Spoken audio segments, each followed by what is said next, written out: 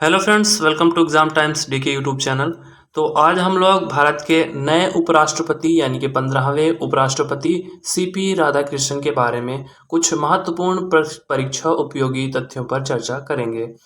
तो और इसके अलावा अनुच्छेद 63 से 69 जो कि भारत के उपराष्ट्रपति से संबंधित है, इस विषय पर भी चर्चा करेंगे।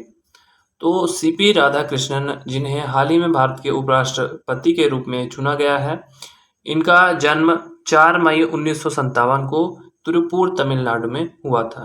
तो आइए इनसे संबंधित पहले महत्वपूर्ण परीक्षा उपयोगी विषयों पर चर्चा करते हैं। विपक्ष के उम्मीदवार, जैसा कि आप यहाँ पे देख पा रहे हैं, लिखा हुआ है, विपक्ष के उम्मीदवार सुदर्शन रेड्डी को 152 मतों से हराकर भारत के 15वें उपराष्ट्रपति चुने गए हैं। कौन? सीपी राधाकृष्णन, जिनकी आप यहाँ पे फोटो देख पा रहे हैं।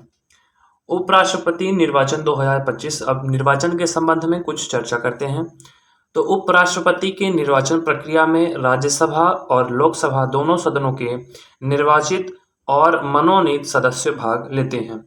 उपराष्ट्रपति का चुनाव एकल संक्रमणीय मत पद्धति द्वारा गुप्त मतदान के माध्यम से कराया जाता है। उपराष्ट्रपति चुनाव 2025 कुल वैध वोट 752, यहाँ पे आप देख सकते हैं, कुल वैध वोट 752 थे। निर्वाचक मंडल में कुल सांसद 767, अवैध वोट 15 डाले गए। सीपी राधाकृष्णन, जिन्हें 452 वोट मिले, और वी सुदर्शन रेड्डी, जिन्हें 300 वोट मिले। इस प्रकार सीपी राधाकृष्णन इस चुनाव को जीत जाते हैं। अब सीपी राधाकृष्णन का जन्म 4 मई 1957 तिरुपुर, तमिलनाडु में हुआ था।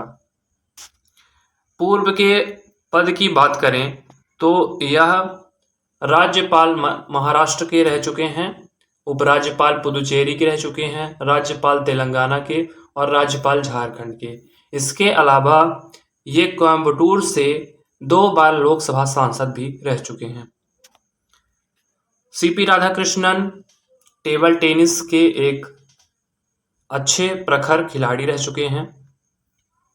इसके बाद मैं बात करूं, राष्ट्रपति भारत में दूसरा सर्वोच्च संवैधानिक पद होता है। इसके बाद हम उपराष्ट्रपति से संबंधित महत्वपूर्ण अनुच्छेद के विषय में चर्चा करते हैं।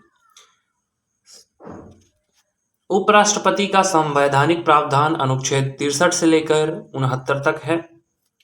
अनुच्छेद 63, जैसा कि आप यहाँ पे देख पा रहे हैं, भारत का एक उपराष्ट्रपति होगा, यह लिखा हुआ है संविधान के अनुच्छेद 63 में। अनुच्छेद 64 कहता है, उपराष्ट्रपति राज्यसभा के पदेन सभापति होते हैं। अनुच्छेद 65, उपराष्ट्रपति राष्ट्रपति की अनुपस्थिति में उनके कार्यों का निर्वहन करते हैं। अनुच्छेद 66(2), उपराष्ट्रपति संसद के किसी भी सदन के सदस्य नहीं होते हैं।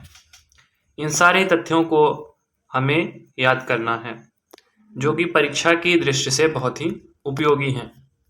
चुनाव प्रक्रिया की मैं बात करूं तो अनुच्छेद 66(1), उपराष्ट्रपति का चुनाव संसद के दोनों सदनों के सदस्यों से मिलकर बने निर्वाचन मंडल के सदस्यों द्वारा किया जाएगा। संसद के निर्वाचित और मनोनीत सदस्य दोनों भाग लेते हैं।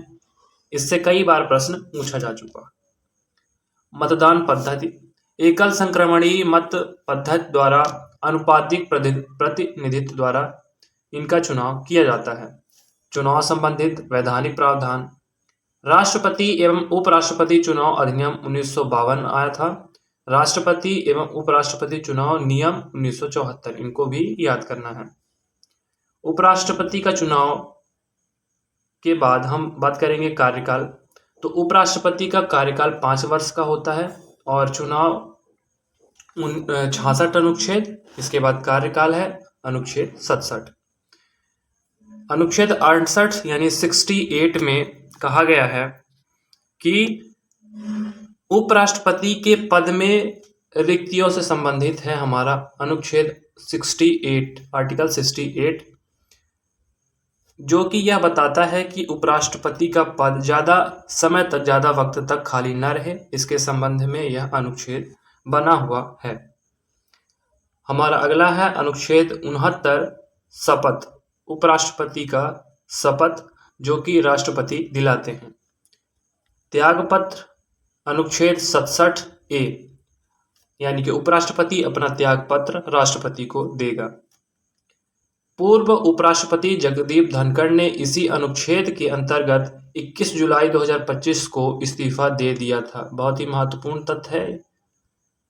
इससे अभी हाल ही की परीक्षा में प्रश्न पूछा जा सकता है।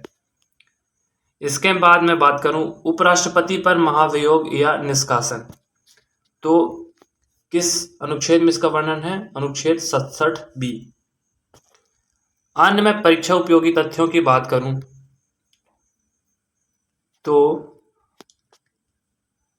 भारत के प्रथम उपराष्ट्रपति कौन थे?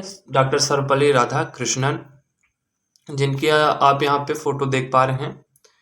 दूसरा है एम वेंकैया नायडू, पहले उपराष्ट्रपति हैं जिनका जन्म स्वतंत्रता के बाद हुआ। परीक्षा उपयोगी तथ्य क्रमांक 3, कृष्णकांत एकमात्र उपराष्ट्रपति हैं जिनकी मृत्यु उनके कार्यकाल के दौरान हुई। तो इस सारी चीज़ों को हमें अपनी परीक्षा के दृष्टिकोण से याद रखना है और जितनी भी महत्वपूर्ण चीज़ें सीपी राधाकृष्णन से संबंधित थी मैंने आपको इस वीडियो के अंतर्गत बताया। आपके मन में अगर कोई डाउट है या कोई क्वेरी है या आप किसी और भी टॉपिक पे इसी प्रकार के वीडियोस चाहते हैं तो कमेंट बॉक्स में कमेंट जरूर करिएगा। Thank you for watching the video. जय हिंद।